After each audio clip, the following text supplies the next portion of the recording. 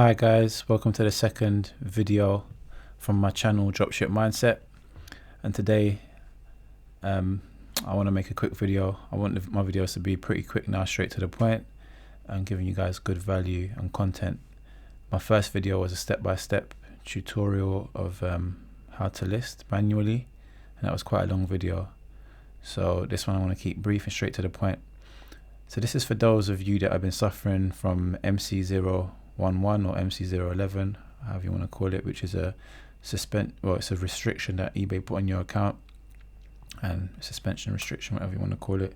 They basically stop you from selling, remove your items, remove your active listings. So obviously you can't buy, or you can't actually buy either or sell. So in terms of dealing with this, first of all, if you do get this on your account, don't overreact, don't stress out, don't get scared and run away. It's your business, this is your eBay store, so you need to face the challenge. Of course, if you're dropshipping the wrong way, you're gonna have a problem, because you're gonna have to start lying and making up stuff, and this is where the problem comes in. This is a time where eBay are cracking down on dropshipping, predominantly those that are not doing it properly, and you'll be better off having some sort of contract with some company, or paying some company to be able to use their goods, or having permission. Whether you're paying them or not, it's not the issue, but having permission from a company.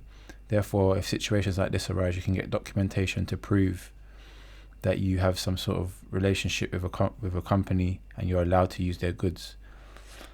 So as you can see, this is a letter that was sent to myself when I incurred this MC011. So I just dealt with it straight. I sent it asks you for proof of identity. I sent that in straight away. Resolve your claims with buyers, whatever, that sorted that out straight away. Proof of address, sorted that out straight away.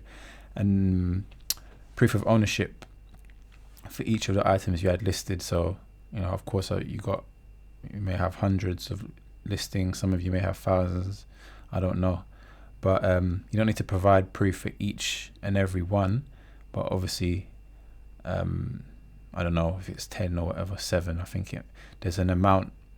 Actually, when you're uploading, there's a maximum amount of what you can upload, and it's about 7. It might actually be over 10, but by the time anyway, don't worry about that. But basically, there's a limit to it. So you don't have to worry about providing proof for every single one. But I would suggest for that, obviously, there's a lot of people that are drop shipping and are just like getting items from each and every store, but it's not a safe way to do it. I mean, you want to make sure you're doing things properly, otherwise your business is always on shaky ground, if you know what I'm saying. And they could just pull the carpet from underneath you at any time. They could just like shut you down at any time. And obviously when the MC011 comes along, you're going to be scared. Think of it from an eBay point of view. They're dealing with accounts every day. They see all these items that we're selling. You think you're a unique one away. Your items on eBay being advertised, listed by another 150 other people or 200 other people. Some of your items, they've been around, like they know where the items are coming from half the time. So I mean, you trying to be clever. I've learned so much from working on eBay that sometimes I know more than the actual eBay workers themselves. So imagine the knowledge that they do have. Of course, they won't know everything, but imagine the knowledge they do have. They're seeing listings every day. They're seeing these items every day, and you're trying to pull a fast one. They know where your items are from anyway. They just want to make sure that you're doing things properly and that you've got some kind of documentation, because they're sort of clearing the field. So for those people that are doing it properly, you'll be able to remain. And doing it properly, what does that mean? That you have some sort of documentation from a company that you are permitted to actually use their goods. So find a good company or the company that you're already getting your goods from, your main one, and look at their drop shipping see if you can like arrange a dropshipping agreement. They may even have an agreement, because a lot of these companies have sort of dropshipping versions of what they're doing, but as where you're probably purchasing through the customer operation, and the dropshipping version of what they're doing usually is a bit cheaper. Obviously, you need to have your tax in place, and then you'll be able to claim on taxes and stuff like that. So yeah, that's the main thing for that. Don't be scared if you get MC011. The main thing that affects it and that causes it to come is obviously your seller performance. You want to make sure you're dealing with cases early. Listen, you may get this MC011 by surprise. It happened to me by surprise, by a case that was opened up by a person who purchased something on a Sunday, and I didn't reply. They wanted a refund almost straight away, because maybe they found something better, or I don't know what the reason was. So I didn't put the refund through. I thought I'll deal with it on the Monday. It was quite late. When I woke up on the Monday, they had opened the case on the Sunday night.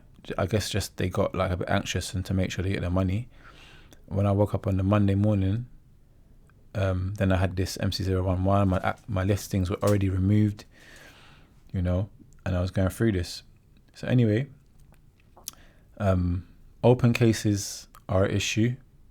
Cases closed without seller resolution, which means without you dealing with the case and it's been closed by eBay. eBay had to intervene. It's not good.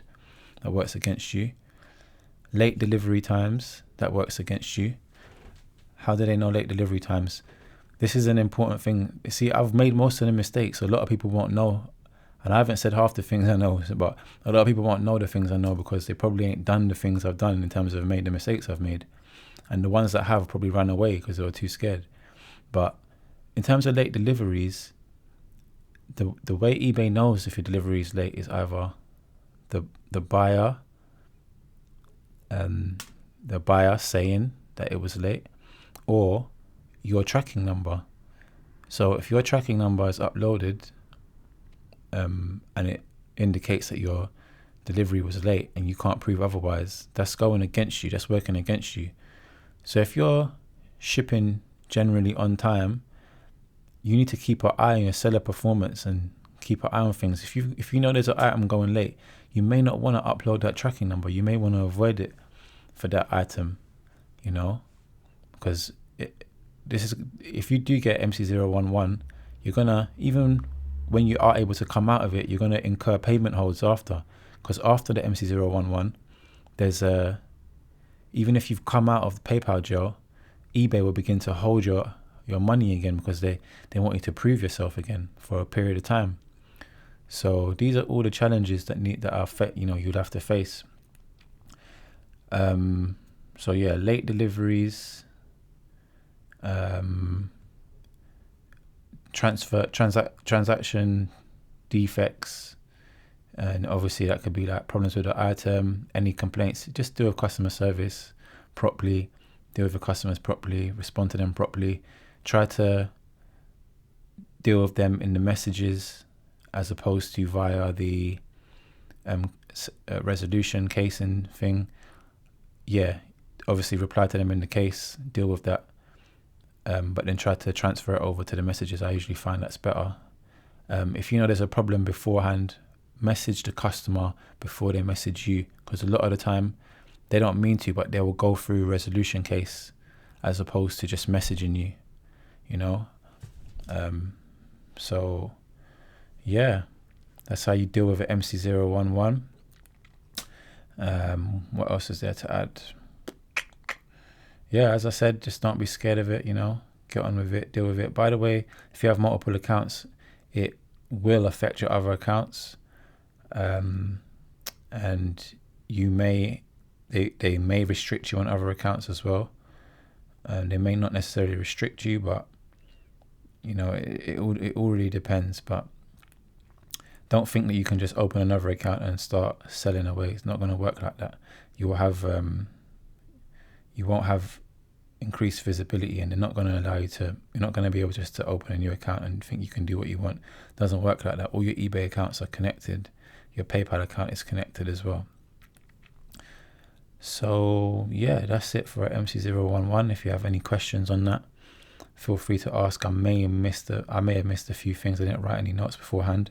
I thought I'll just deal with it as I saw another video by someone, and some of the advice they were given was a bit shady because they're telling you to like lie, which I guess people feel they would have to lie if they haven't got any documentation. So obviously if you're starting, you're just getting off the ground, that's one thing. But if you've been doing it for a while, it's better to be connected with a company and to have permission to use their stuff. So if things do hit the fan, then you can always have a